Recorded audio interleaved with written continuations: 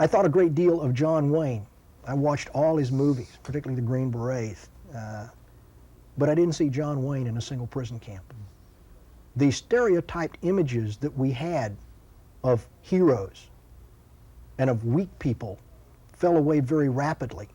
And we found that no matter what kind of a facade we carried in, what kind of an image we projected before we went in, there was no way to maintain an image or a facade in a POW camp.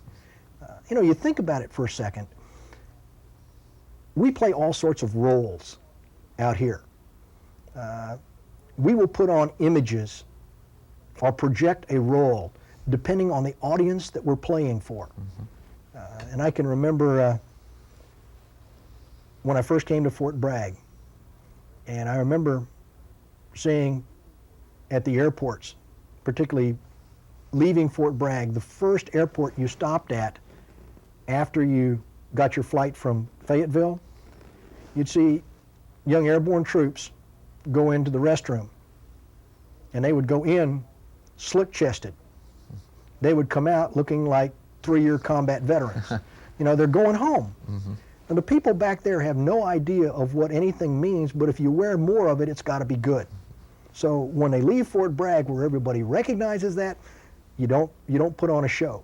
But when you're going home, you're going to put on a show. You put on one face for a girlfriend, you put on another face for your officers, your commanding officers. You put another one on for your troops. Unless you are consistent in yourself and have only one image. But that in itself is difficult. So you realize that I'm playing a role. We do it naturally. When a POW camp, they're all gone. No facade, no image, just you. And you're standing there really naked in the world.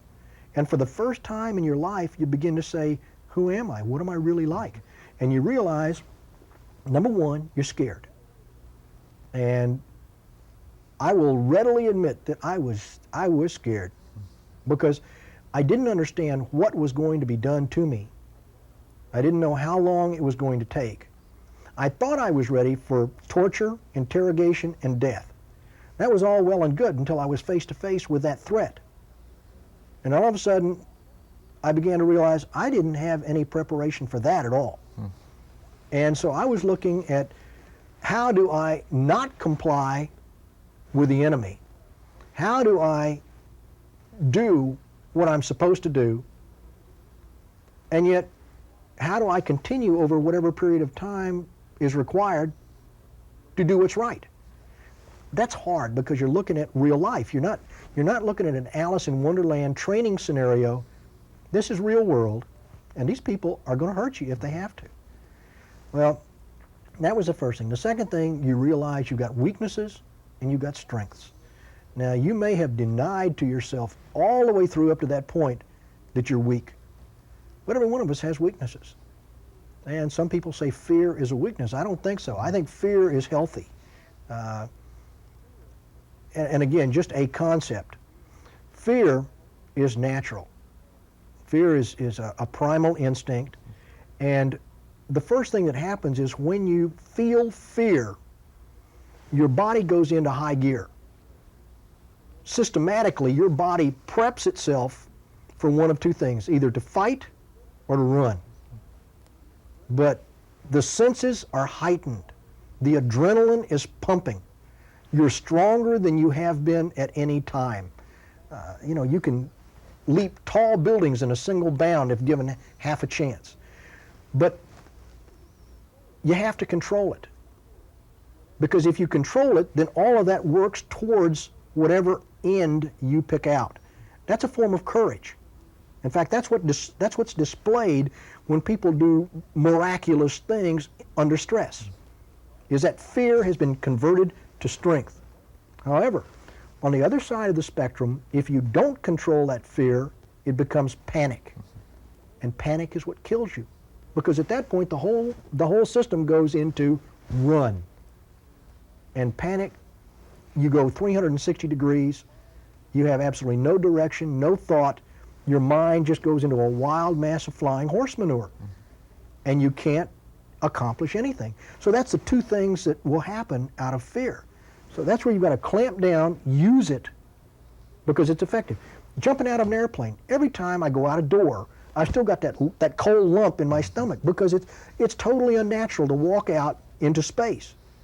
But I got faith in the riggers, I got faith in the equipment, and I realized that being afraid, I've done everything that I possibly can to ensure that that chute is going to work, and I'm not going to foul it up.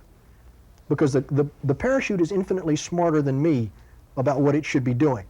So I make all the checks. I don't shortcut anything.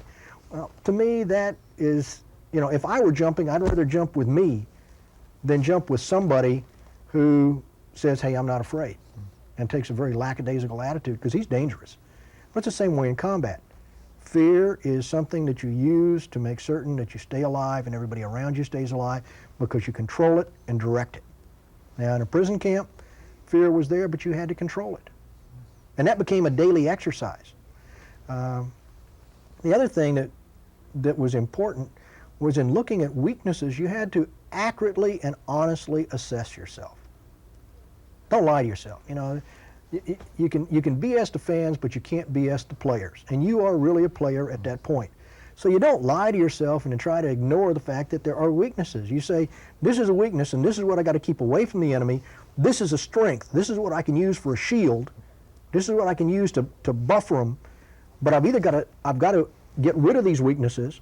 I've got to make them strengths, or I've got to deny enemy access to them, because if he gets to these weaknesses, he can tear me up. His strategy is to defeat the strength and exploit the weaknesses. Absolutely. And if he can bypass the strengths, if you give him the ability to bypass a strength, he will do it in a flash, because they're experts. That's what they're trained to do.